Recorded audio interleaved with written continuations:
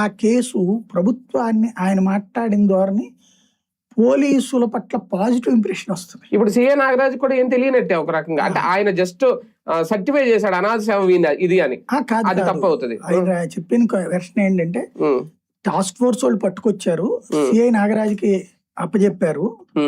CI Nagaraju ఒక లాడ్జిలో room తీసుకుని police station లో కాకుండా లాడ్జిలో పెట్టి, స్టేషన్ లో అయితే సీసీటీవీ ఫుటేజీలు అడుగుతున్నారు కదా, అందుకని లాడ్జిలో పెట్టి ఆ లాడ్జి నాగరాజు పేరు మీదనే బుక్ అయింది. రూమ్ నెంబర్ కూడా చెప్పాడు 302 రమేష్ బాబు హాస్పిటల్ దగ్గర.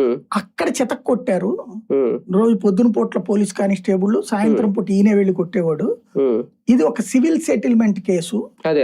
అక్కడ 2 కిడ్నీలు ఫెయిల్ అయిపోయినాయి అన్నది వరకు ఒక ఆస్పెక్ట్, మీరు అన్నట్టు క్రిమినల్ ఆస్పెక్ట్ లో పనికొస్తుంది. తర్వాత అది పోలీసుల్ని సేవ్ చేసేది ఏంటంటే అతన్ని తీసుకుని ప్రజా వైద్యశాలకు వెళ్ళారు, అంటే అతన్ని కాపాడడానికి చూశారు. ప్రజా మణిపాల్ హాస్పిటల్కి తీసుకెళ్లారు, సర్జన్ దగ్గరికి తీసుకెళ్లారు. సర్జన్ కూడా మా వల్ల కాదన్న తర్వాత కూడా 2 రోజుల పాటు మళ్ళీ తీసుకొచ్చి రూమ్ లో పెట్టి ట్రీట్మెంట్ కూడా ఇచ్చారు. అతన్ని బ్రతికించడానికి ప్రయత్నించింది ప్రభుత్వము లేదా పోలీసులు, కాపాడడానికి ప్రయత్నించి ఆ తర్వాత చనిపోయినప్పుడు ఇక తప్పనిసరి పరిస్థితుల్లో ఆ శ్మశాన తగలబెట్టి వదిలేశారు. ఇక్కడ ఇందులో ఏంటంటే పాపం వాళ్ళ కొట్టారు అంతవరకే, వాడిని కాపాడడానికి ప్రయత్నించారు రక్షణ కల్పించడానికి. అంటే ఇందులో పోలీసులకు ఉరిశిక్షలు